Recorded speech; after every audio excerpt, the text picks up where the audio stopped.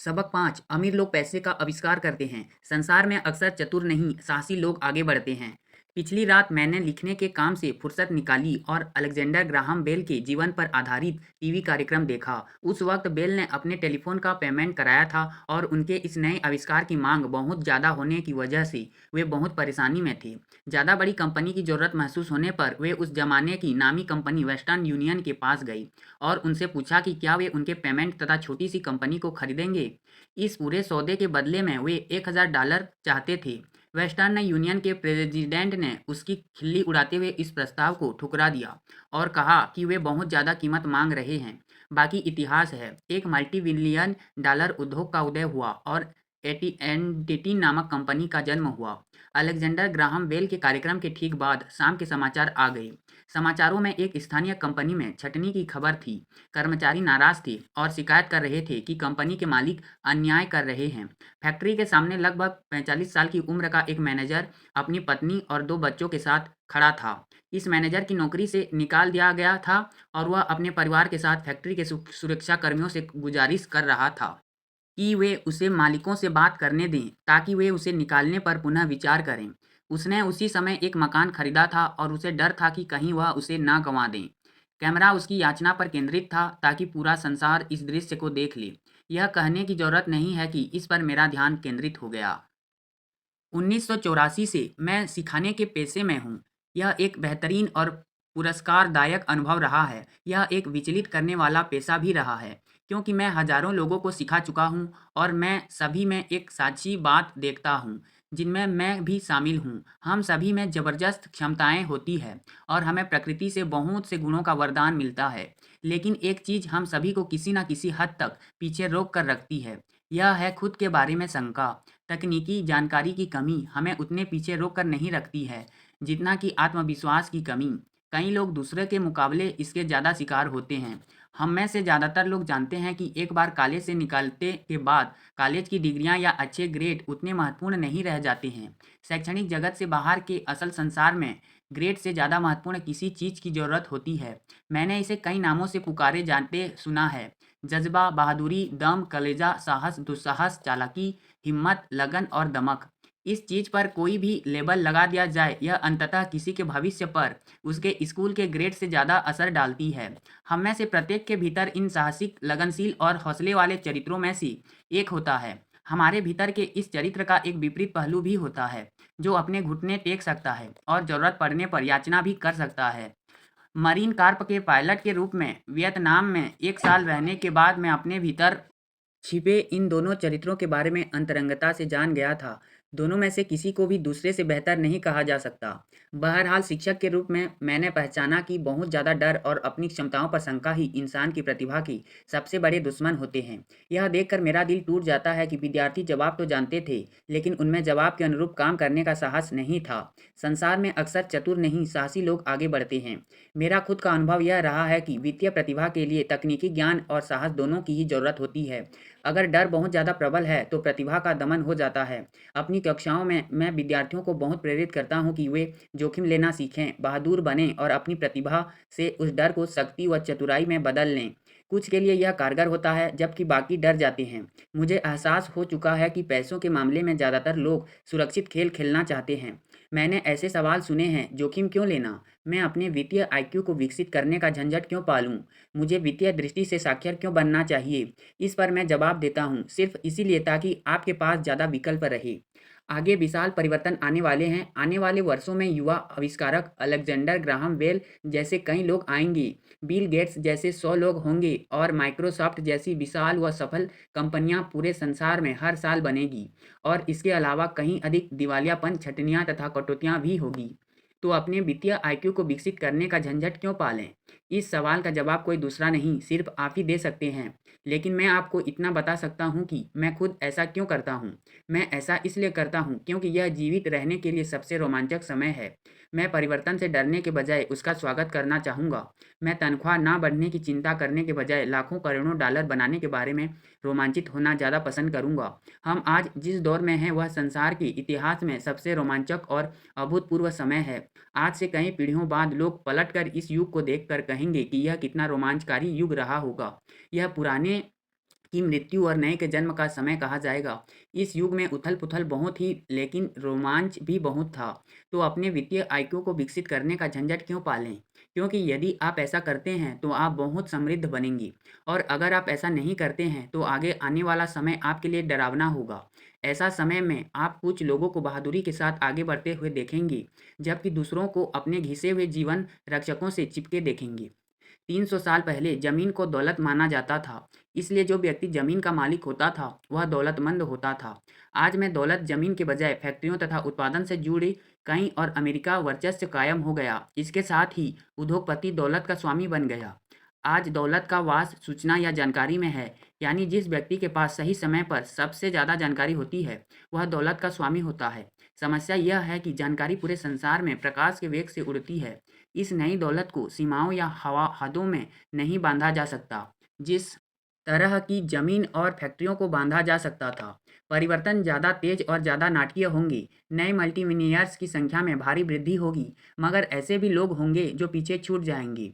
आज मैं बहुत सारे लोगों को संघर्ष करते और अक्सर ज़्यादा कड़ी मेहनत करते देखता हूँ, सिर्फ इसलिए क्योंकि वे पुराने विचारों को कसकर पकड़े रहते हैं। वे चाहते हैं कि परिस्थितियाँ पहले जैसी ही रही, इसलिए वे परिवर्तन का प्रतिरोध करते हैं। मैं ऐसा लोगों को जानता हूँ जो अपनी नौकरियाँ छूटने या अपने मकान गंवाने के लिए तकनीक, अर्थव्यवस्था या अपने बॉस को दोष देते हैं। दुर्भाग्य से उन्हें यह महसूस नहीं होता कि समस्या का कारण वे खुद ही हो सकते हैं। पुराने विचार उनके सबसे बड़े शत्रु होते हैं। ये विचार शत्रु इसलिए होते हैं क्योंकि उन्हें यह बात पता ही नहीं होता है कि जिस पुराने ज़माने में यह विचार या कार्यशैली संपत्ति थी, वह पुराना ज़माना अब जा चुका है। एक दोपहर मैं अपने द्वारा इजाद किए गए बोर्ड गेम कैशफ्लो का इस्तेमाल करके लोगों को निवेश करने का तरीका सिखा रहा था। एक महिला वो क्लास में अपनी सहेली को साथ लेकर आई थी। उस सहेली का हाल में तलाक हुआ था। स्त्री धन तय करने की प्रक्रिया में उसके हाथ बुरी तरह जल गए थे और वह अब कुछ जवाब खोज रही थी। उसकी सहेली को लगा कि शायद इस क्लास में उसे कुछ सीखने को मिलेगा। हमारा गेम लोगों को यह सिखाने के लिए तैयार किया गया है कि पैसा कैसे काम करता है। खेल खेलते समय वे इनकम स्टेटमेंट और बैलेंस शीट के आपसी संबंध के बारे में सीखते हैं। वे यह सीखते हैं कि किस तरह दोनों के बीच नकदी का प्रवाह होता है और किस तरह दौलत की राह में आपको अपनी संपत्ति वाले कॉलम से निकलने वाले मासिक कैश फ्लो को इस बिंदु तक बढ़ाना होता है कि वह आपके मासिक खर्च से ज़्यादा हो जाए। एक बार जब आप यह कर लेते हैं तो आप चूहा दौड़ से बाहर निकलने और तीव्र मार्ग पर पहुंचने में कामयाब हो जाते हैं। जैसा मैं कह चुका हूँ, कुछ लोग इस खेल से नफरत करते हैं, कहीं इससे प्रेम करते हैं और बाकी इसे समझ ही नहीं पाते हैं। इस महिला ने कुछ सीखने का एक मूल्यवान अवसर खो दिया। शुरुआती दौर में उसे एक खिलौना कार्ड मिला जिस पर एक नाव बनी हुई थी। पहले तो वह खुश हुई, अरे वाह मुझे नाव मिल गई। इस पर उसकी सहेली ने उसे यह समझाया कि संख्याएं उसके इनकम स्टेटमेंट और बैलेंस शीट में कैसे काम करती है। इससे वह कुंठित हो गई क्योंकि उसे गणित कभी पसंद नहीं रहा था। बाकी खिलाड़ियों ने धैर्यपूर्वक इंतजार किया जब उसकी सहेली ने उसे इनकम स्टेटमेंट, बैलेंस शीट और मासिक कैश फ्लो का आपसी संबंध समझाया। जब उसे एहसास हुआ कि अंक कैसे काम कर रहे थे, तो अचानक उसे समझ आ गया कि उसकी नाव तो उसे जिंदा खा रही है। खेल में बाद में उसे नौकरी से भी निकाल दिया गया और उसे एक बच्चा हो गया। यह खेल उसके लिए एक भयानक अनुभव साबित हुआ। क्लास के बाद वह महिला मुझसे बोली कि उसकी सहेली बहुत विचलित हो गई है। वह क्लास में निवेश के बारे में सीखने आई थी और उसे यह विचार पसंद नहीं आया कि इतने मूर्खतापूर्ण खेल को खेलने में इतना ज़्यादा समय बर्बाद किया जाए। उसकी सहेली ने उसे समझाने की कोशिश की कि वह अपने भीतर झांक कर देखे कि क्या उस खेल में किसी तरह उसकी अंदरूनी झलक दिखाई देती है। इस सुझाव पर उस महिला ने अपना पैसा वापस मांग लिया। उसने कहा कि यह सोचना भी मूर्खता है कि कोई खेल उसकी अंदरूनी झलक दिखा सकता है। उसका पैसा तुरंत वापस कर दिया गया और वह चली गई। 1984 से मैंने वह करके करोड़ों डॉलर कमाए हैं जो स्कूली तंत्र नहीं करता। स्कूल में ज़्यादातर शिक्षक व्याख्यान देते हैं। अपने छात्र जीवन में मुझे व्याख्यानों से चिढ़ होती थी। मैं जल्दी ही बोर हो जाता था और मेरा दिमाग इधर उधर भटकने लगता था। 1984 में मैंने खेलों और सिमुलेशंस के माध्यम से सिखाना शुरू किया। आज भी मैं इन्हीं साधनों पर भरोसा करता हूँ। मैं हमेशा अपने वयस्क विद्यार्थियों को प्रोत्साहित करता हूँ कि वे खेलों को इस नज़रिए से देखें कि यह उन्हें उनके ज्ञान और अज्ञान की झलक दिखाता है। सबसे महत्वपूर्ण बात, खेल व्यवहार की झलक दिखाते हैं। वे तुरंत फीडबैक देते हैं। किसी शिक्षक के आम व्याख्यान के बजाय खेल आपको एक व्यक्तिगत व्याख्यान दे रहा है जिसे खास तौर पर आपके लिए बनाया गया है। जो महिला खेल छोड़कर चली गई थी, उसकी सहेली ने बाद में मुझे फ़ोन करके ताज़ा जानकारी दी। उसने कहा कि उसकी सहेली अब शांत हो गई थी। शांत होने के बाद वह खेल और अपने जीवन के बीच थोड़ा आपसी संबंध देख सकती थी। हालाँकि उसने या उसके पति ने कभी नाव नहीं खरीदी, लेकिन उनके पास बाकी तमाम चीज़ें थीं जिनकी कल्पना की जा सकती थी। उनके तलाक से वह नाराज़ थी क्योंकि उसका पति एक कम उम्र की युवती के साथ भाग गया था, और इसलिए भी क्योंकि 20 साल के वैवाहिक जीवन के बाद उनके पास बहुत कम संपत्तियाँ थीं। उनके बीच बाँटने के लिए ज़्यादा कुछ ना था ही नहीं। उनका 20 साल का वैवाहिक जीवन मज़ेदार तो बहुत रहा था, लेकिन उन्होंने बस 1 टन खिलौने या उपकरण ही इकट्ठे किए थे। उसे एहसास हुआ कि अंक जोड़ने-घटाने पर इनकम स्टेटमेंट और बैलेंस शीट उसे गुस्सा इसलिए आया था क्योंकि उसे उन्हें ना समझने पर शर्म आ रही थी। उसका यह मानना था कि पैसों और हिसाब-किताब के काम पुरुषों के होते हैं। वह घर सँभालती थी और मेहमानों का स्वागत करती थी, जबकि उसका पति आर्थिक मामले देखता था। अब उसे पक्का भरोसा हो चुका था कि वैवाहिक जीवन के आखिरी 5 सालों में उसके पति ने उससे पैसा छुपाया था। वह खुद पर नाराज़ थी कि उसे इस बारे में ज़्यादा पता क्यों नहीं चला कि पैसा कहाँ जा रहा है। साथ ही इस बारे में भी कि उसे दूसरी औरत के बारे में पता क्यों नहीं चल पाया। बोर्ड गेम की तरह संसार भी हमें हमेशा तुरंत फीडबैक देता है। यदि हम ध्यान दें तो हम काफ़ी कुछ सीख सकते हैं। कुछ समय पहले एक दिन मैंने अपनी पत्नी से शिकायत की कि ड्राई क्लीनर्स ने मेरे पैंट सिकोड़ दिए हैं।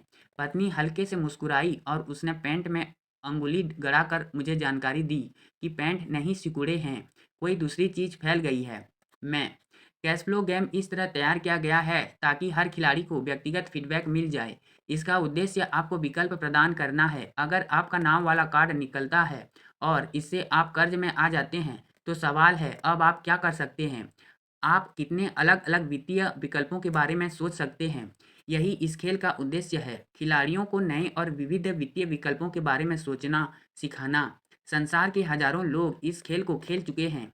जो खिलाड़ी चूहा दौड़ से सबसे जल्दी बाहर निकलते हैं, वे ऐसे लोग होते हैं जिनके पास अंकों की समझ और रचनात्मक वित्तीय दिमाग होता है।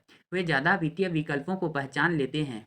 अमीर लोग अक्सर रचनात्मक होते हैं और सुनियोजित जोखिम लेते हैं। जिन लोगों को सबसे ज़्यादा समय लगता है, वे ऐसे लोग होते हैं जिनके पास अंकों की समझ नहीं होती और वे अक्सर निवेश की शक्ति को भी नहीं समझते हैं। कैश फ्लो लिखने वाले कई लोग ऐसे भी होते हैं जो इस खेल में पैसा तो काफ़ी कमा लेते हैं, लेकिन उन्हें यह पता ही नहीं होता कि उस पैसे का क्या करें। हालाँकि उनके पास पैसा होता है, लेकिन बाकी सभी खिलाड़ी उनसे आगे निकलते नज़र आते हैं, और असली ज़िंदगी में भी यही होता है। ऐसे बहुत से लोग हैं जिनके पास पैसा तो बहुत है, लेकिन वे वित्तीय दृष्टि से आगे नहीं निकल पाते हैं। अपने विकल्पों को सीमित करना पुराने विचारों से चिपके रहने की तरह है। हाई स्कूल के समय का मेरा एक दोस्त है, तो इस वक्त 3 नौकरियां एक साथ करता है। बरसों पहले वह सभी सहपाठियों में सबसे अमीर हुआ करता था। जब स्थानीय शुगर प्लांटेशन बंद हुआ, तो जिस कंपनी में वह काम करता था, वह भी बंद हो गई। उसके हिसाब से उसके पास सिर्फ एक ही विकल्प था और वह था पुराना विकल्प, कड़ी मेहनत करो। समस्या यह थी कि वह कोई बराबरी की नौकरी नहीं खोज पाया, जो पुरानी कंपनी में उसकी वरिष्ठता को मान्यता दे। इसके फलस्वरूप उनके पास वर्तमान में जो नौकरियां हैं, वह उसकी योग्यता की तुलना में बहुत नीचे की है। इसलिए उसकी तनख्वाह भी कम है। अब वह गुजारा करने लायक कमाई करके के लिए 3 नौकरियां करता है। मैंने कैश फ्लो खेलने वाले लोगों को यह शिकायत करते देखा है कि उनके पास सही अवसर वाले कार्ड नहीं आ रहे हैं, इसलिए वे जहाँ के तहाँ बैठे रहते हैं। मैं ऐसे लोगों को जानता हूँ जो असली ज़िंदगी में भी यही करते हैं। वे बैठे-बैठे सही अवसर का इंतज़ार करते रहते हैं। मैंने यह भी देखा है, कई लोगों को सही अवसर वाला कार्ड तो मिल जाता है, मगर उनके पास पर्याप्त पैसे नहीं होते। फिर वे शिकायत करते हैं कि अगर उनके पास ज़्यादा पैसे होते, तो वे चूहा दौड़ से बाहर निकल जाती। इसलिए वे जहाँ के तहाँ बैठे रहते हैं। मैं असली ज़िंदगी में भी ऐसे लोगों को जानता हूँ जो ठीक ऐसा ही करते हैं। उन्हें भी बेहतरीन सौदे दिखते हैं, लेकिन उनके पास उन्हें खरीदने के लिए पैसे नहीं होते। और मैंने यह भी देखा है कि लोगों को एक बेहतरीन अवसर वाला कार्ड मिलता है। वे उसे ज़ोर से पढ़ते हैं, लेकिन उन्हें पता ही नहीं चलता कि वह एक बेहतरीन अवसर है। उनके पास पैसा होता है, समय भी यही होता है, कार्ड भी होता है, लेकिन वे उस अवसर को नहीं देख पाते, जो उनकी नाक के नीचे नीचे मौजूद है। ये यह नहीं देख पाते कि यह चूहा दौड़ से बाहर निकलने की उनकी वित्तीय योजना में कैसे फिट होता है। और मेरे हिसाब से ऐसे लोग बाकी सभी लोगों से ज़्यादा होते हैं। ज़िंदगी में कभी-कभार मिलने वाला अवसर ज़्यादातर लोगों के ठीक सामने खड़ा होता है, लेकिन वे उसे देख नहीं पाती।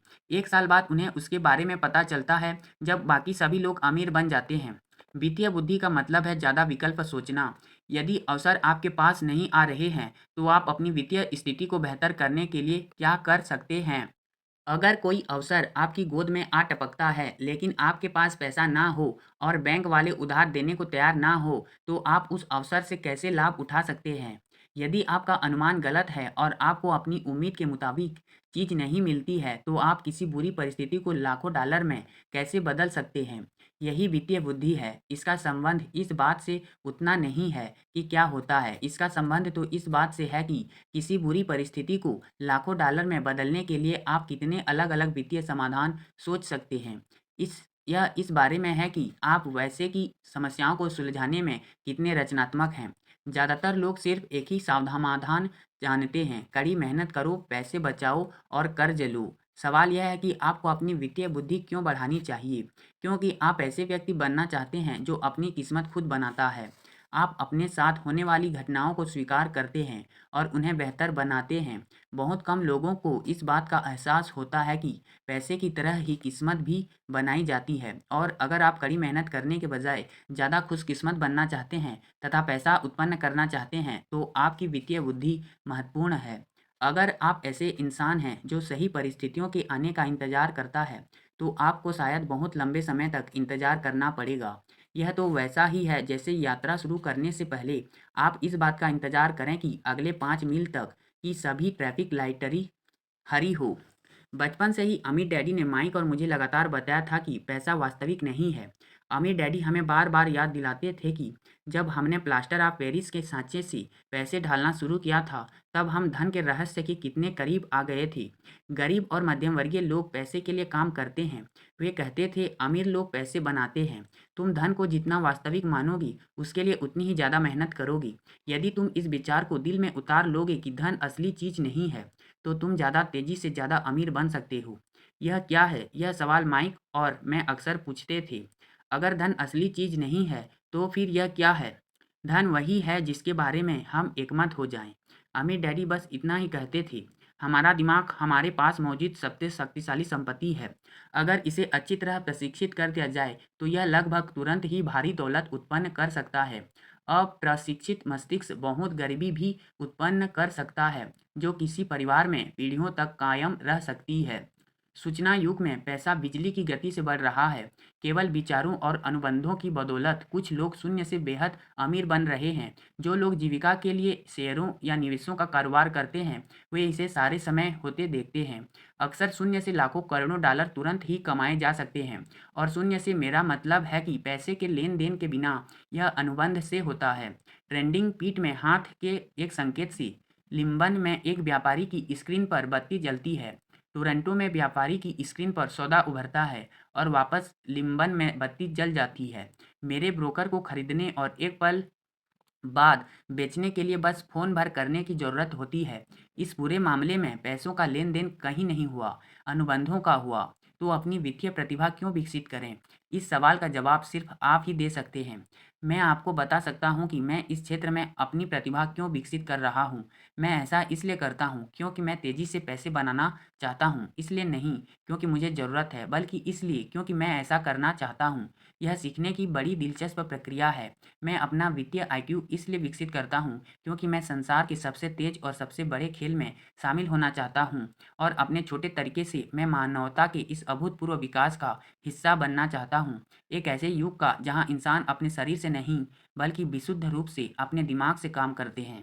इसके अलावा यहीं पर रोमांच है। यही है जो हो रहा है। यह फैशन में है, यह भयावह है और वह मज़ेदार भी है।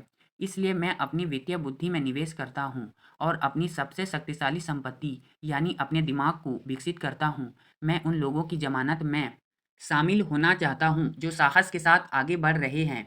मैं उन लोगों के साथ नहीं रहना चाहता जो पीछे छूट जाते हैं। मैं आपको पैसे बनाने का एक सरल उदाहरण देना चाहूँगा। 1990 के दशक की शुरुआत में फिनिक्स, एरिज़ोना की अर्थव्यवस्था बहुत खराब हालत में थी। मैं एक टीवी शो देख रहा था जिसमें एक वित्तीय नियोजक आकर निराशावादी भविष्यवाणियां करने लगा। उसने पैसे बचाने की सलाह दी। उसने कहा, हर महीने $100 की बचत करोगे तो 40 साल में मल्टीमिलियनर बन जाओगी। देखिए, हर महीने निश्चित राशि बचाने का विचार काफ़ी दमदार है। यह भी एक विकल्प है, वह विकल्प जिसे सबसे ज़्यादा लोग चुनते हैं। समस्या यह है, ऐसा करने पर आदमी तो यह नहीं दिखता है कि उसके आसपास क्या हो रहा है। इससे वह बड़े अवसर चूक जाता है, जिनसे उनका पैसा कहीं ज़्यादा तेज़ी से बढ़ सकता था। नतीजा यह होता है कि संसार उसके पास से गुजर आगे बढ़ जाता है। जैसा मैंने कहा था, उस वक्त अर्थव्यवस्था की हालत बहुत खराब थी। निवेशकों के लिए यह बाजार की आदर्श स्थिति होती है। मेरा बहुत सारा पैसा उस वक्त शेयर बाजार और अपार्टमेंट हाउसेस में लगा हुआ था। मेरे पास नकद पैसे बहुत कम थे। चूंकि लोग जायदाद गाड़ियों के मोल बेच रहे थे, इसलिए मैं खरीद रहा था। मैं पैसे नहीं बचा रहा था, मैं तो निवेश कर रहा था।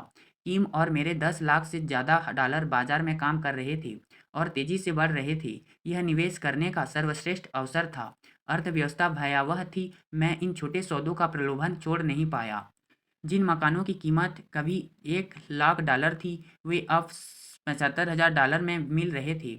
लेकिन स्थानीय रियल एस्टेट एजेंट के जरिए खरीदारी करने के बजाय मैं दिवालिया वकील के ऑफिस में या अदालत की सीढ़ियों पर खरीदारी करने लगा। खरीदारी की इन जगहों पर $75,000 का मकान कई बार $20,000 या इससे भी कम में मिल जाता था। मैंने अपने एक मित्र से $2,000 का लोन लिया। शर्त थी कि 90 दिन में इस पर $200 ब्याज देना होगा। मैंने वकील को डाउन पेमेंट के तौर पर कैशियर का चेक दिया। अब अनुबंध की कार्यवाही चल रही थी। तब मैंने एक विज्ञापन देखकर $75,000 के मकान को सिर्फ $60,000 में बेचने का प्रस्ताव रखा। कोई डाउन पेमेंट नहीं। फ़ोन की घंटी तेज़ी से बजने लगी। संभावित खरीदारों को छांटा गया और एक बार जब जायदाद कानूनन मेरी हो गई, तो सभी संभावित हकदारों खरीदारों को मकान देखने की अनुमति दे दी गई। यह जुनून को हवा देने जैसा था। मकान चंद मिनटों में ही बिक गया। मैंने $2,500 की प्रोसेसिंग फ़ीस मांगी, जो मुझे खुशी-खुशी दे दी गई, और आगे का काम एस्को तथा टाइटल कंपनी ने संभाल लिया। मैंने अपने मित्र के $200 ब्याज के साथ लौटा दिए। वह खुश था, मकान खरीदने वाला खुश था, वकील खुश था और मैं भी खुश था। मैंने एक ऐसा मकान $60,000 में बेच दिया जो मुझे $20,000 में पड़ा था।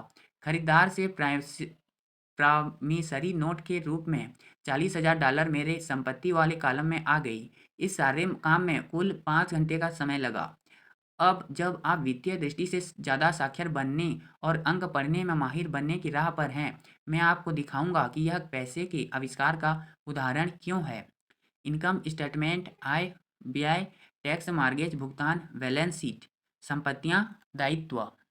मंदी के इस दौर में किम और मैंने अपने खाली समय में ऐसे 6 आसान सौदे करने में कामयाबी पाई। जब हमारा ज़्यादातर पैसा बड़ी जायदादों और शेयर बाजार में लगा था, तब हम खरीदो बनाओ और बेचो वाले इस 6 सौदों से $1,90,000 से ज़्यादा की संपत्तियां 10% ब्याज वाले नोट्स बनाने में सफल रहे। इस तरह हमें लगभग $1,900 की सालाना आमदनी मिल गई, जिसमें से ज़्यादातर हमारे निजी कॉरपोरेशन के जरिए सुरक्षित है। $1,900 की सालाना आमदनी का ज़्यादातर हिस्सा हमारी कंपनी की कारों, गैस यात्राओं, बीमे, ग्राहकों के साथ डिनर और दूसरी चीज़ों में खर्च होता है। जब तक सरकार को उस आमदनी पर टैक्स लगाने का मौका मिलता है, तब तक यह कानूनी रूप से खर्च हो चुकी होती है। इनकम स्टेटमेंट, आय, व्यय, बैलेंस शीट, संपत्तियां, दायित्व। इस बात का आसान उदाहरण था कि वित्तीय बुद्धि का इस्तेमाल करके कैसे पैसे का आविष्कार किया जाता है, उसे उत्पन्न किया जाता है और उसकी रक्षा की जाती है। खुद से पूछें, $1,90,000 बचाने में आपको कितना समय लगेगा? क्या बैंक आपके पैसे पर 10% ब्याज देगा और प्रॉमिसरी नोट 30 साल तक चलेगा? मैं उम्मीद करता हूँ कि वे मुझे मेरे $1,90,000 कभी ना लौटाएं। अगर वे मुझे मूलधन लौटा देते हैं, तो मुझे टैक्स चुकाना होगा। इसके अलावा 30 साल तक $19,000 सालाना का मतलब $5 लाख से ज़्यादा आमदनी होती है।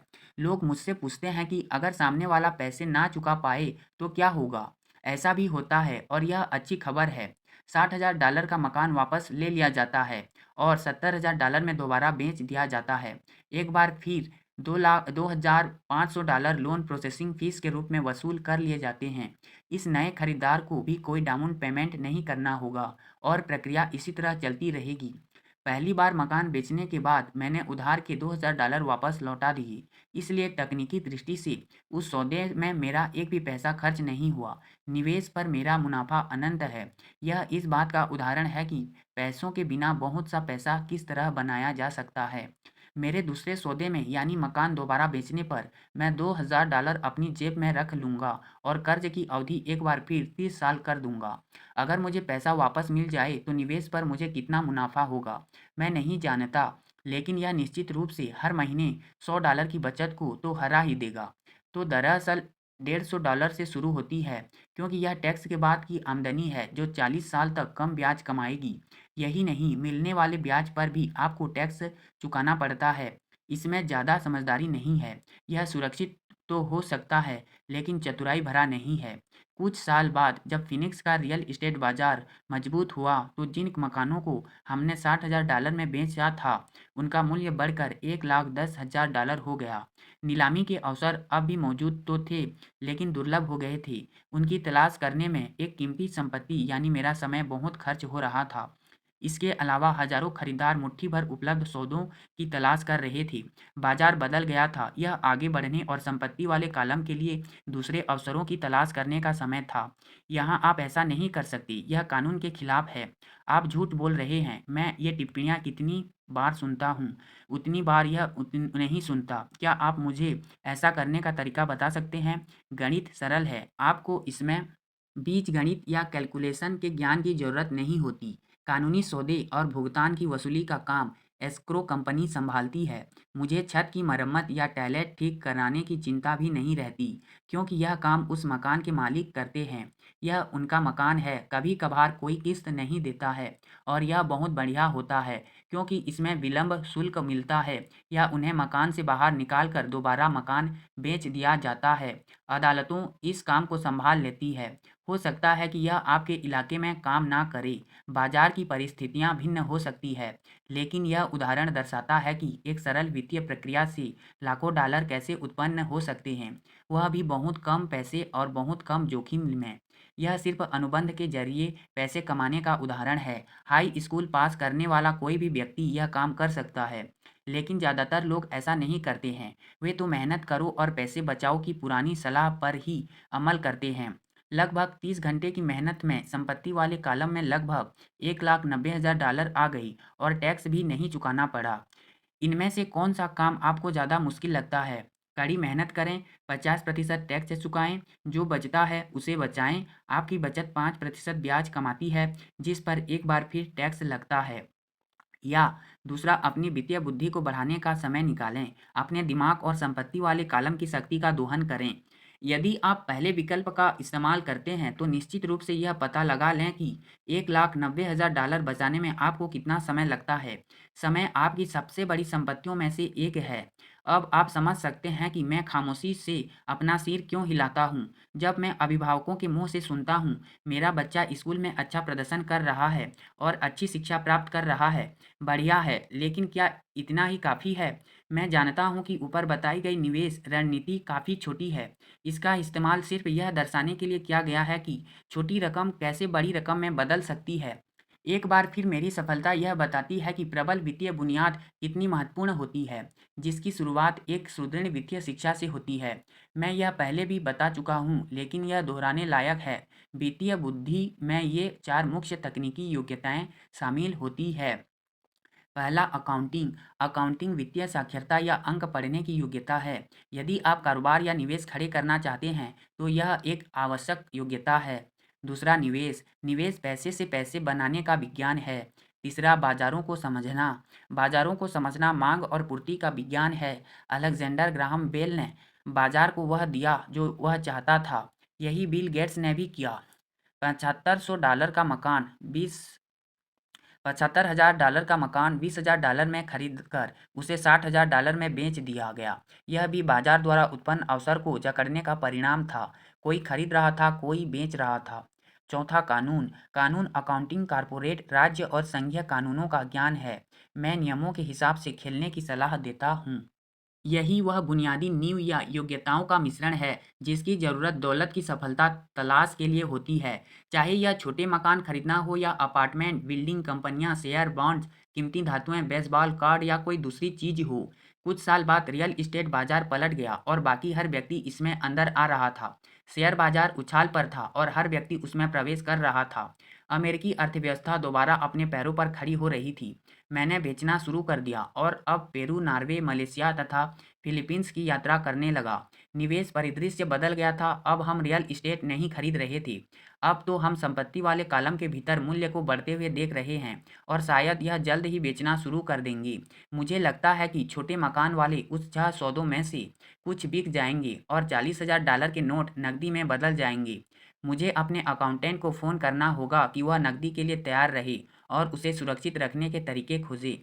मैं जो बात कहना चाहता हूँ वह यह है कि निवेश आते जाते रहते हैं। शेयर बाजार ऊपर नीचे होता रहता है। अर्थव्यवस्था सुधरती बिगड़ती रहती है।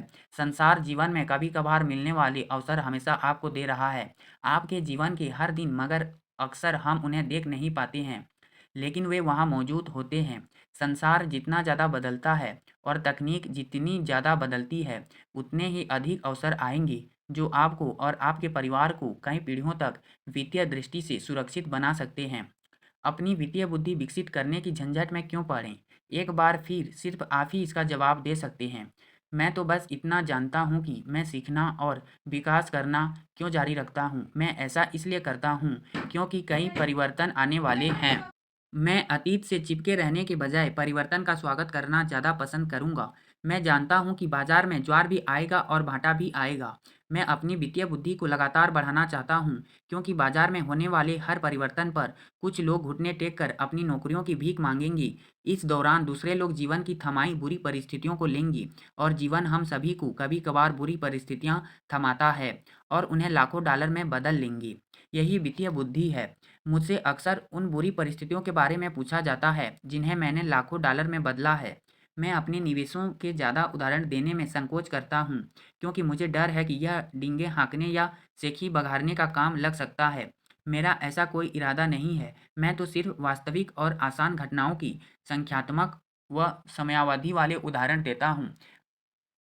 मैं उदाहरण इसलिए देता हूँ क्योंकि मैं आपको बताना चाहता हूँ कि यह आसान है और आप वित्तीय बुद्धि के इन 4 स्तंभों से जितने ज़्यादा परिचित होते हैं, यह उतना ही ज़्यादा आसान होता है। व्यक्तिगत रूप से मैं वित्तीय विकास हासिल करने के लिए 2 मुख्य साधनों का इस्तेमाल करता हूँ, रियल एस्टेट और small cap share. Real estate में निवेश मेरी नींव है। मेरी जायदादें लगातार कैश फ्लो प्रदान करती है और कभी-कभार मूल्य भी बहुत बढ़ जाता है। मैं स्मॉल कैप शेयरों का इस्तेमाल तीव्र विकास के लिए करता हूँ।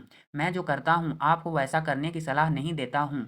उदाहरण बस यही है। उदाहरण, अगर अवसर बहुत जटिल है और मैं निवेश को नहीं समझता हूँ, तो मैं निवेश नहीं करता हूँ। वित्तीय दृष्टि से सफल होने के लिए बस सरल गणित और सहज बोध की ही जरूरत होती है। उदाहरण देने के 5 कारण हैं। पहला, लोगों को अधिक सीखने के लिए प्रेरित करना। दूसरा, लोगों को यह बताने के लिए कि अगर बुनियाद सुदृढ़ है तो पैसे का महल बनाना आसान है। यह दिखाने के लिए कि भारी दौलत कोई भी इकट्ठी कर सकता है। चौथा, यह दिखाने के लिए कि आपके लक्ष्यों को हासिल करने के लाखों तरीके हैं। पांचवा, यह दिखाने के लिए कि यह रॉकेट विज्ञान जितना जटिल मामला नहीं है।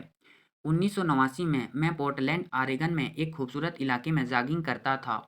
यह एक उपनगर था, लेकिन इसमें छोटे-छोटे मकान थे। वे छोटे और प्यारे थे।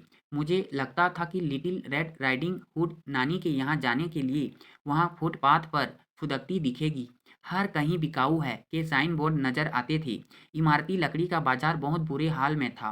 शेयर बाजार अभी-अभी लुढ़का था और अर्थव्यवस्था मंदी हो गई थी।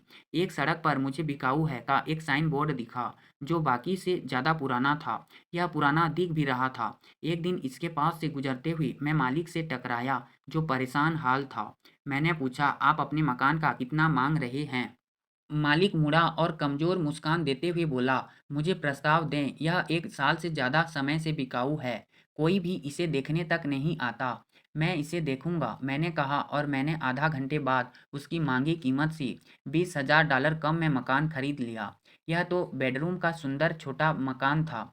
इसमें सभी खिड़कियों पर प्यारी सजावट थी। यह हल्का नीला था जो भूरापन लिए था और यह 1930 में बना था।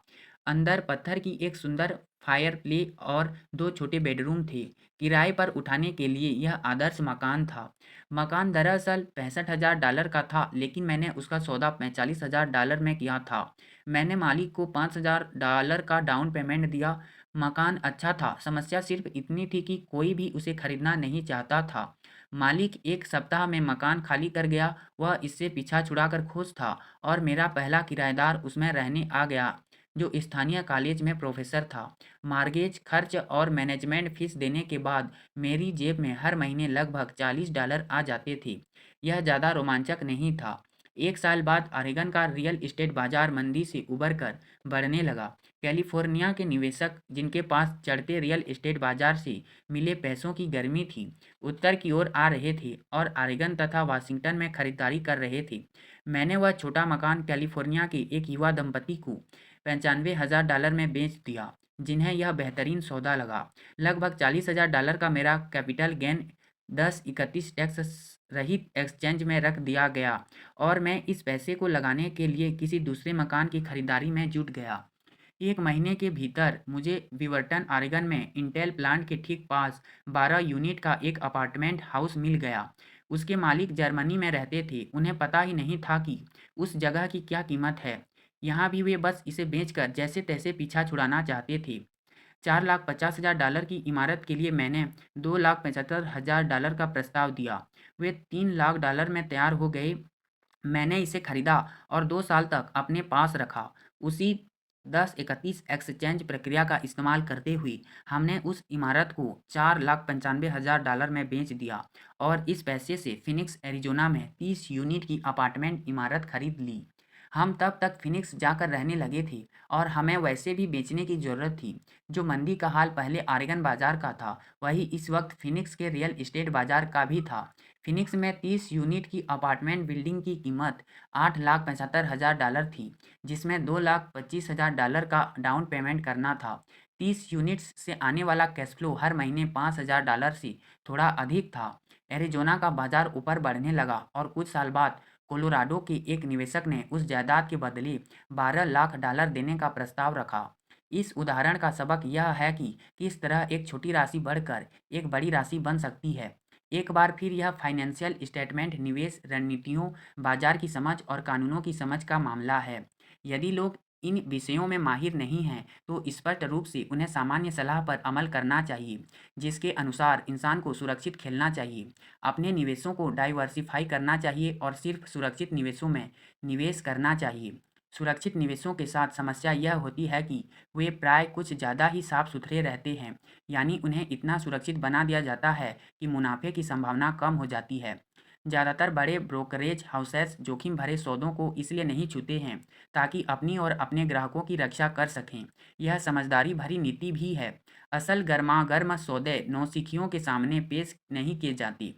प्राय सबसे अच्छे सौदे उन्हीं लोगों के सामने परोसे जाते हैं जो इस खेल को समझते हैं, और उन्हीं की वजह से अमीर लोग ज़्यादा अमीर बनते हैं।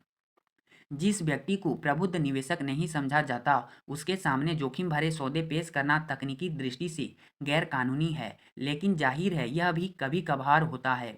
निवेशक के रूप में मैं जितना ज़्यादा प्रबुद्ध बनता हूँ, मेरे सामने उतने ही ज़्यादा अवसर आते हैं। जीवन भर अपनी वित्तीय बुद्धि बढ़ाने का एक और फायदा यह है कि आपके सामने ज़्यादा अवसर पेश किए जाते हैं। इसके अलावा आपकी वित्तीय बुद्धि जितनी ज़्यादा होती है, यह परखना उतना ही आसान होता है कि सौदा अच्छा है या नहीं। यह आपकी बुद्धि ही है जो किसी बुरे सौदे को पहचान सकती है या किसी बुरे सौदे को अच्छा बना सकती है। मैं जितना ज़्यादा सीखता हूँ, और सीखने के लिए अभी बहुत कुछ बाकी है, मैं उतने ही ज़्यादा पैसे बनाता हूँ, सिर्फ इसीलिए क्योंकि समय गुजरने के साथ साथ मेरा अनुभव और बुद्धिमत्ता दोनों ही बढ़ती जाती है। मेरे कुछ मित्र हैं जो इस खेल को सुरक्षित तरीके से खेल रहे हैं, अपने पेशे में कड़ी मेहनत कर रहे हैं और वित्तीय बुद्धि नहीं बढ़ा रहे हैं, जिसके बढ़ने में समय लगता है। मेरी कुल जमा फिलॉसफी है अपनी संपत्ति वाले कॉलम में बीज बोना। यही मेरा फार्मूला है। मैं छोटे पैमाने पर शुरुआत करके बीज बो देता हूँ। कुछ बड़े हो जाते हैं, कुछ नहीं हो पाते। हमारे रियल एस्टेट कॉरपोरेशंस में कई मिलियन डॉलर की जायदाद है। यह हमारा खुद का REIT यानी रियल एस्टेट इन्वेस्टमेंट ट्रस्ट है। मैं यहाँ यह बताना चाहता हूँ कि इस मिलियन डॉलर निवेशों में से ज़्यादातर 5,000 या 10,000 डॉलर जितने छोटे निवेशों से शुरू हुए थे। ये सभी डाउन पेमेंट खुशकिस्मत थी, जो उन्हें तेज़ी से बढ़ता बाजार मिला और वे कर मुक्त होकर आगे बढ़े। बाद के वर्षों में हमने उन्हें कई बार खरीदा बेचा। हमारा एक स्टॉक पोर्टफोलियो भी है, जो एक कॉरपोरेशन से सुरक्षित है, जिसे किम और मैं अपना निजी म्यूचुअल फंड कहते हैं। हमारे कुछ मित्र हैं जो खास तौर पर हम जैसे निवेशकों के साथ सौदे करते हैं, जिनके पास हर महीने निवेश करने के लिए अतिरिक्त पैसे होते हैं। हम ज़्यादा जोखिम वाली खतरनाक निजी कंपनियों के शेयर खरीदते हैं, जो अमेरिका या कनाडा के स्टॉक एक्सचेंज पर सार्वजनिक होने वाली हो। लाभ कितनी तेज़ी से हो सकता है, इसका एक उदाहरण देखें।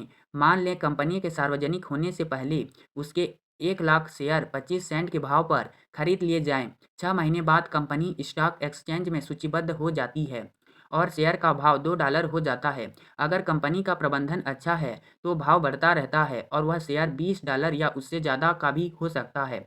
ऐसे कई वर्ष रहे हैं जब हमारे निवेश किए हुए $25,000 एक साल में भी कम समय में $10 लाख बन गए।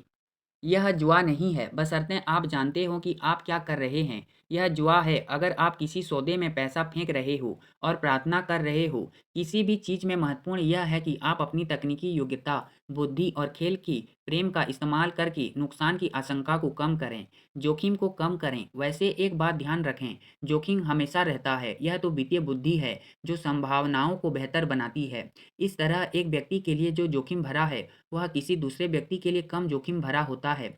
यही वह मूल कारण है जिसकी वजह से मैं लोगों को लगातार प्रोत्साहित करता हूँ कि वे शेयरों, रियल एस्टेट या दूसरे बाजारों के बजाय अपनी वित्तीय शिक्षा में निवेश करें। आप जितने ज़्यादा चतुर होते हैं, आपकी सफलता के अवसर भी उतने ही ज़्यादा होते हैं।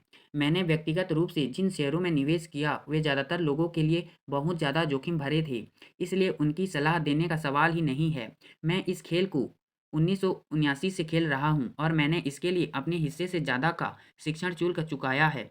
लेकिन अगर आप दोबारा पढ़ेंगे कि ऐसे निवेश ज़्यादातर लोगों के लिए ज़्यादा खतरनाक क्यों होते हैं, तो आप अपने जीवन को इस तरह से बना सकते हैं ताकि $25,000 को एक साल में $10 लाख में बदलने की योग्यता आपके लिए कम खतरनाक हो। जैसा पहले बताया गया था, मैंने जो भी लिखा है, मैं आपको वैसा करने की सलाह नहीं दे रहा हूँ। मैं तो सिर्फ इस बात का उदाहरण देने के लिए यह बता रहा हूँ कि यह सरल और संभव है। मैं जो करता हूँ वह विराट योजना में छोटे आलुओं जैसा है, लेकिन आम आदमी के लिए हर साल $1 लाख की निष्क्रिय आमदनी अच्छी है और इसे पाना खास मुश्किल भी नहीं है। यह काम 5 से 10 साल के बीच किया जा सकता है, जो इस बात पर निर्भर करता है कि बाजार कैसा है और आप कितने चतुर हैं। यदि आप अपने जीवन के खर्च कम रखते हैं, तो $1 लाख की अतिरिक्त आय आपको सुखद लगेगी, चाहे आप काम करें या ना करें। अगर आप चाहें तो आप काम कर सकते हैं या अगर आप चुनाव करें तो आप खाली रह सकते हैं और सरकारी टैक्स तंत्र का इस्तेमाल अपने खिलाफ करने के बजाय अपने पक्ष में कर सकते हैं। रियल एस्टेट मेरे निवेश की नींव है। मैं रियल एस्टेट से इसलिए प्रेम करता हूँ क्योंकि यह स्थायी और धीमी गति से चलने वाली होती है। मुझे ठोस नींव पसंद है। इससे मिलने वाला कैश फ्लो काफ़ी स्थिर होता है और अगर प्रबंधन सही हो तो इसका मूल्य बढ़ने का अच्छा अवसर होता है। रियल एस्टेट की ठोस आधारशिला होने के साथ अच्छी बात यह है कि इससे मुझे ज़्यादा बड़े जोखिम लेने की अनुमति मिलती है, जैसा मैं खतरनाक शेयरों के साथ करता हूँ। अगर मुझे शेयर बाजार में भारी मुनाफा होता है तो मैं मुनाफे पर कैपिटल गेन्स टैक्स चुकाता हूँ और बचे हुए पैसे को रियल एस्टेट में निवेश कर देता हूँ ताकि मेरी संपत्ति की नींव और ज़्यादा मजबूत हो जाए। रियल एस्टेट पर एक और बात, मैं पूरे संसार की यात्रा कर चुका हूँ और निवेश करना सिखा चुका हूँ। हर शहर में मैं लोगों को कहते सुनता हूँ कि आप रियल एस्टेट सस्ते में नहीं खरीद सकते। मेरा अनुभव इसका ठीक उल्टा है। न्यूयॉर्क या टोक्यो में भी शहर की बाहरी सीमा पर आकर्षक मौके होते हैं जिन्हें ज़्यादातर लोग नज़रअंदाज कर देते हैं। सिंगापुर में रियल एस्टेट के भाव काफ़ी ऊंचे हैं, लेकिन वहां अब भी कार से छोटी दूरी के भीतर अच्छे मौके मौजूद हैं। इसलिए जब भी मैं किसी को कहते सुनता हूँ आप यहाँ ऐसा नहीं कर सकते, तो मैं उसे याद दिलाता हूँ कि शायद उसे वह कहना चाहिए। मैं नहीं जानता कि यहाँ ऐसा कैसे किया जा सकता है। अब तक बेहतरीन अवसर आंखों से नहीं दिखते हैं, वे तो दिमाग से देखे जाते हैं। ज़्यादातर लोग सिर्फ इसलिए दौलतमंद नहीं बन पाते क्योंकि उनके पास अपने ठीक सामने मौजूद अवसरों को पहचानने का वित्तीय प्रशिक्षण नहीं है। मुझसे अक्सर पूछा जाता है मैं कैसे शुरू करूं। इस पुस्तक के अंतिम अध्याय में मैं 10 कदम बताऊंगा जिन्हें उठाकर मैंने वित्तीय स्वतंत्रता हासिल की। लेकिन याद रखें, इसमें आपको हमेशा मज़ा आना चाहिए। जब आप नियम सीख लेते हैं, निवेश की शब्दावली जान लेते हैं और अपनी संपत्ति वाले कॉलम को बनाना शुरू कर देते हैं, तो मेरे ख्याल से आप पाएंगे कि वह खेल उतना ही मज़ेदार है जितना कि दूसरा कोई खेल होता है। कई बार आप जीतते हैं और कई बार आप सीखते हैं, लेकिन हमेशा आनंद लें। ज़्यादातर लोग कभी इसलिए नहीं जीत पाते क्योंकि वे हारने से बहुत ज़्यादा डरते हैं। इसलिए मुझे स्कूल बहुत मूर्खतापूर्ण लगता है। स्कूल में हम सीखते हैं कि गलतियाँ बुरी होती है और गलतियाँ करने के लिए हमें सज़ा भी दी जाती है। बहरहाल, अगर आप इंसानों को सीखने की प्रक्रिया पर नज़र डालें तो आपको पता चल जाएगा कि हम गलतियाँ करके ही सीखते हैं। हम गिर कर चलना सीखते हैं। अगर हम कभी ना गिरें तो हम कभी चल भी नहीं पाएंगे। यही साइकिल चलाना सीखने के बारे में सच है। मेरे घुटनों पर अब भी चोट के निशान हैं, लेकिन आज मैं बिना सोचे गाड़ी चला सकता हूँ। यही अमीर बनने के बारे में भी सच है। दुर्भाग्य से ज़्यादातर लोगों के अमीर ना होने का मुख्य कारण यह है कि वे हारने को लेकर दशहत में होते हैं। विजेता हारने से नहीं घबराते हैं, लेकिन पराजित घबराते हैं। असफलता तो सफलता की प्रक्रिया का हिस्सा है। जो लोग असफलता से बचते हैं, वे सफलता से भी बचते हैं। मैं पैसे को काफ़ी कुछ अपने टेनिस के खेल जैसा मानता हूँ। मैं जमकर खेलता हूँ, गलतियाँ करता हूँ, सुधारता हूँ। ज़्यादा गलतियाँ करता हूँ, सुधारता हूँ और बेहतर बनता हूँ। अगर मैं मैच हार जाता हूँ, तो मैं नेट के पास जाकर अपने विरोधी से हाथ मिलाता हूँ, मुस्कुराता हूँ और कहता हूँ, अगले शनिवार को मिलते हैं। निवेशक 2 तरह के होते हैं। पहला और सबसे आम प्रकार का निवेशक वह होता है जो बने-बनाए निवेश खरीदता है। वह रिटेल आउटेल जैसे real estate company, stock broker या फाइनेंशियल प्लानर के पास जाकर निवेश खरीद लेता है। यह म्यूचुअल फंड, आईईआईटी शेयर या बॉन्ड कुछ भी हो सकता है। यह निवेश करने का साफ सुथरा और आसान तरीका है। इसकी एक उपमा वह खरीदार है जो किसी कंप्यूटर स्टोर में जाकर शेल्फ पर रखा कंप्यूटर खरीद लाता है। दूसरे प्रकार का निवेशक वह होता है जो निवेश उत्पन्न करता है। यह निवेशक आमतौर पर सौदे को उसी तरह से असेंबल करता है जिस तरह कंप्यूटर के पार्ट खरीदने वाला कंप्यूटर बनाता है। मैं कंप्यूटर के पार्ट्स को असेंबल करने के बारे में कुछ नहीं जानता, लेकिन मैं जानता हूँ कि आर्थिक अवसरों के पार्ट्स को कैसे असेंबल किया जाता है, या उन लोगों को जानता हूँ जो ऐसा कर सकते हैं। दूसरे प्रकार का निवेशक ज़्यादा पेशेवर होता है। कई बार सारे हिस्सों को असेंबल करने में बरसों लग जाते हैं और कई बार वे कभी असेंबल नहीं हो पाते हैं। मेरे अमीर डैडी ने मुझे दूसरे प्रकार का निवेशक बनने के लिए प्रोत्साहित किया था। यह सीखना महत्वपूर्ण है कि पार्ट्स को एक साथ असेंबल कैसे किया जाए, क्योंकि यहीं पर भारी जीत का मौका होता है। लेकिन अगर लहरें आपके खिलाफ हो जाएं, तो कई बार भारी नुकसान की आशंका भी होती है। अगर आप दूसरे प्रकार के निवेशक बनना चाहते हैं, तो आपको 3 मुख्य योग्यताएं विकसित करने की ज़रूरत है। पहला, कोई ऐसा अवसर खोजें जिसे बाकी सभी ने नज़रअंदाज कर दिया हो। आप अपने दिमाग से वह देख लेते हैं जो दूसरे लोग अपनी आंखों से नहीं देख पाते हैं। मिसाल के तौर पर, मेरे एक मित्र ने एक पुराना खस्ता हाल मकान खरीदा। वह भुतहा दिखता था। हर कोई इस बात पर हैरान हो रहा था कि उसने इसे क्यों खरीदा। हमने जो नहीं देखा और जो उसने देख लिया, वह यह था कि उस मकान के साथ 4 खाली फ्लैट भी मिल रहे थे। उसे यह बात टाइटल कंपनी जाने के बाद पता चली थी। मकान खरीदने के बाद उसने मकान तुड़वा दिया और पाँचों फ्लैट एक बिल्डर को बेच दिए। उसे अपने निवेश से 3 गुना ज़्यादा कीमत मिली। 2 महीने की मेहनत के बदले उसने $75,000 कमा लिए। यह बहुत बड़ी रकम तो नहीं है, लेकिन निश्चित रूप से यह न्यूनतम तनख्वाह को तो हरा ही देती है और यह तकनीकी दृष्टि से कठिन भी नहीं है। दूसरा, पैसे जुटाना। आम आदमी पैसे जुटाने के लिए सिर्फ बैंक जाता है, मगर दूसरे प्रकार के निवेशक को यह पता होना चाहिए कि पूंजी कैसे जुटाई जाती है और बैंक जाए बिना कितने तरीकों से पैसे की व्यवस्था की जा सकती है। शुरुआत में मैंने सीख लिया था कि बैंक से कर्ज लिए बिना मकान कैसे खरीदे जाते हैं। मकान खोजने के बजाय पैसे जुटाने की योग्यता सीखना मेरे लिए बेशकीमती साबित हुआ। अक्सर मैं लोगों के मुंह से सुनता हूँ, बैंक मुझे कर्ज नहीं दे रहा है या मेरे पास इसे खरीदने के पैसे नहीं हैं। यदि आप दूसरे प्रकार के निवेशक बनना चाहते हैं, तो आपको यह सीखने की ज़रूरत है कि उस बाधा को दूर कैसे करें, जिसके सामने आने पर ज़्यादातर लोग रुक जाते हैं। दूसरे शब्दों में, ज़्यादातर लोग सिर्फ इसलिए सौदा नहीं कर पाते हैं क्योंकि उनके पास पैसा नहीं होता। यदि आप इस बाधा को पार कर सकें, तो आप उन लोगों से लाखों डॉलर आगे होंगे जो ये योग्यताएं नहीं सीखते हैं। ऐसे मौके रहे हैं जब मैंने कोई मकान, शेयर या अपार्टमेंट बिल्डिंग खरीद ली, हालांकि मेरे बैंक में एक ढेला भी नहीं था। मैंने एक बार एक अपार्टमेंट हाउस 1.2 मिलियन डॉलर में खरीदा। मैंने विक्रेता और क्रेता का लिखित अनुबंध करके इसे पक्का कर लिया। फिर मैंने 1 लाख का बयाना उधार लिया, जिसमें मुझे बाकी पैसा इकट्ठा करने के लिए 90 दिन का समय मिल गया। मैंने ऐसा क्यों किया? सिर्फ इसीलिए क्योंकि मैं जानता था कि उस मकान की असली कीमत 2 मिलियन डॉलर थी। दरअसल पूरा पैसा इकट्ठा करने की नौबत ही नहीं आई। इसके बजाय जिस व्यक्ति ने 1 लाख डॉलर उधार दिए थे, उसने मुझे सौदा खोजने के बदले 50,000 डॉलर दिए। मेरी जगह पर आ गया और सौदे में उस सौदे से बाहर हो गया। इस काम में लगा कुल समय 3 दिन। एक बार फिर दोहराना चाहूँगा, आप जो खरीदते हैं उससे ज़्यादा महत्वपूर्ण वह होता है जो आप जानते हैं। निवेश करने का ताल्लुक खरीदने से कम, जानने से ज़्यादा होता है।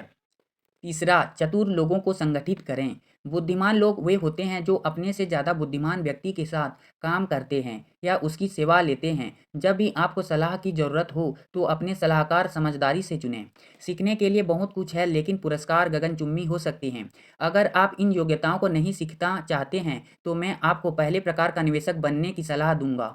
आप जो जानते हैं वह आपकी सबसे भारी पूंजी है। आप जो नहीं जानते हैं वह आपका सबसे बड़ा जोखिम है। जोखिम हमेशा रहता है, इसलिए जोखिम से बचने के बजाय इसका प्रबंधन करना सीखें।